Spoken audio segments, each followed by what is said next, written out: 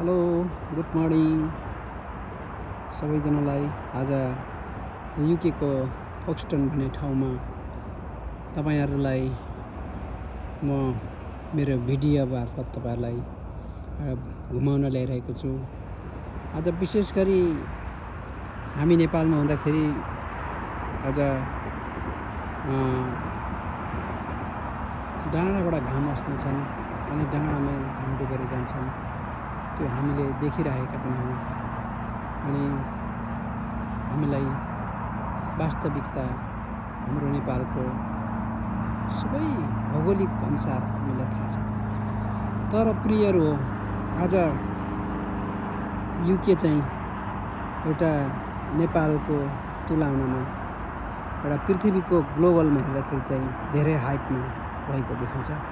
त्यस कारणले गर्दाखेरि प्रियहरू हो, आज युके मा चाहिँ समुद्रबाट घाम उदाइरहेको हामी देख्छौँ।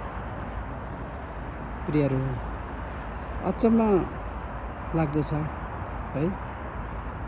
यो एउटा युके को एउटा पर्यटक क्षेत्र मुख्य गरी मानिन्छ। यो चाहिँ विशेष गरी फोक्सटन को यो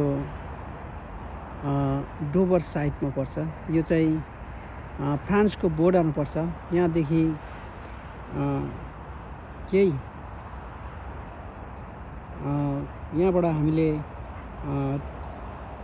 पानी जहाजबाट भएर जाँदाखेरि 40 मिनेटमा फ्रान्स पुग्न सक्छौं। अनि ट्रेनबाट पनि हामीहरू यहाँबाट एउटा टनल छ, यहाँबाट चाहिँ यो अन्डरग्राउन्ड गरेको छ। यो ट्रेन स्टेसन हो। यो चाहिँ प्रियहरू यहाँबाट चाहिँ हामीहरू गयौं भने पनि 40 मिनेटमा फ्रान्स पुगिन्छ। अनि प्रियहरू आज यो अचम्म खालको एउटा वातावरण हामी देख्छौं। यति यो युके को भूगोलले पनि साथ दिएको हामी देख्छौं। डेभलप हुनुमा पनि एउटा भूगोलको एउटा बनावट पनि हुनुपर्ने रहेछ। विशेष गरी आज हाम्रो त नेपालमा यस्तो खालको विकास गर्नु त सम्भव नहोला, तर पनि एउटा मान्छेलाई एउटा कुन प्रकारले हुन्छ सहज र सुविधा प्रकारले हरेक परिस्थितिमा पनि एउटा सदुपयोग गर्न सक्ने खालको वातावरण बन्नु पर्दछ। आज यो सबै कुराहरू आज यो भूगोललाई मात्रै हामीले भनेर हुँदैन, तर विशेष गरी सबैभन्दा ठुलो एउटा भूमिका भनेको चाहिँ प्रियहरू हो, यो नेपालमा अथवा युकेमा भएका यी मानिसहरू माथि भर पर्दछ। त्यस कारणले गर्दाखेरि हामीले आज हाम्रो देशलाई युके जस्तै बनाउन नसके पनि है, आज केही नेपाल जस्तै तपाईहरु हामीले बनाउन कोसिस गरौँ। एक यतातिर हेर्यौं भने यति रमणीय सिटी शहरहरू हामी देख्न सक्छौं।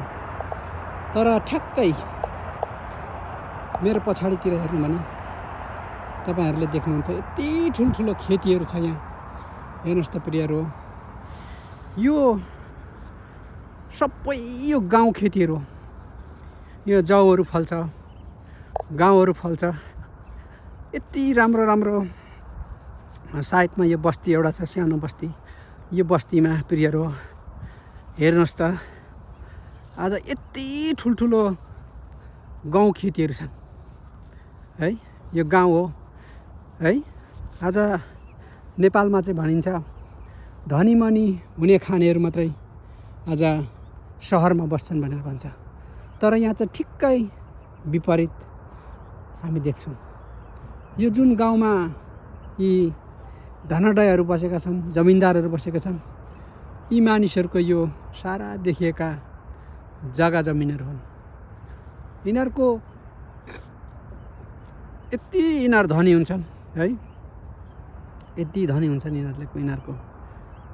यो जति पनि देखिएका गाउँ खेतीहरू हुन्छन् है, यी सबै यहाँका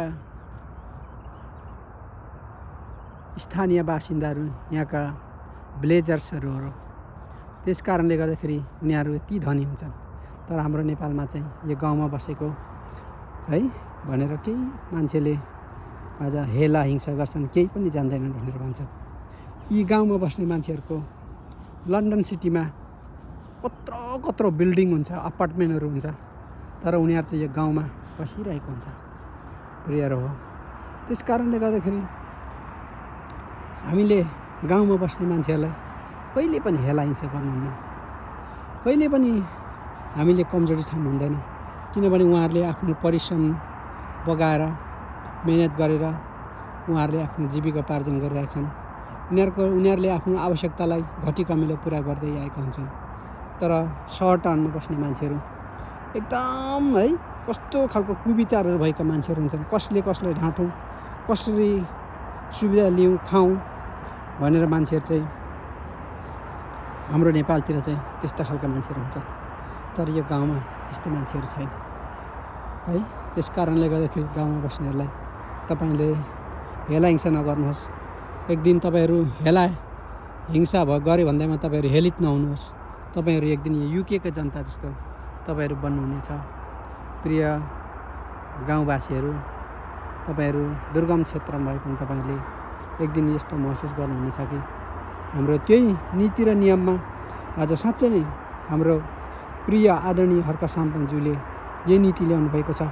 तपाईँहरू सबैले तपाईँहरूको सक्दो परिश्रम गर्नुहोस्। एक दिन तपाईँहरू यस्तै बन्नुहुन्छ। आज गाउँका मान्छेहरूलाई यति यहाँको मान्छेहरूले रेस्पेक्ट गर्छन्, यहाँको मान्छेहरूले यति धनी हुन्छन् भनेर मान्छन् यहाँ गाउँमा बस्ने मान्छेहरूलाई। तर सहर टाउनमा बस्ने मान्छेहरूलाई यस्तो मान्दैन यहाँका प्रियहरूले।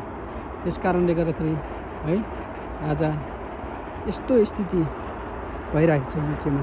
त्यो कारणले गर्दाखेरि तपाईँहरू पनि एक दिन यस्तै बन्नुहुनेछ भन्ने आशा छ।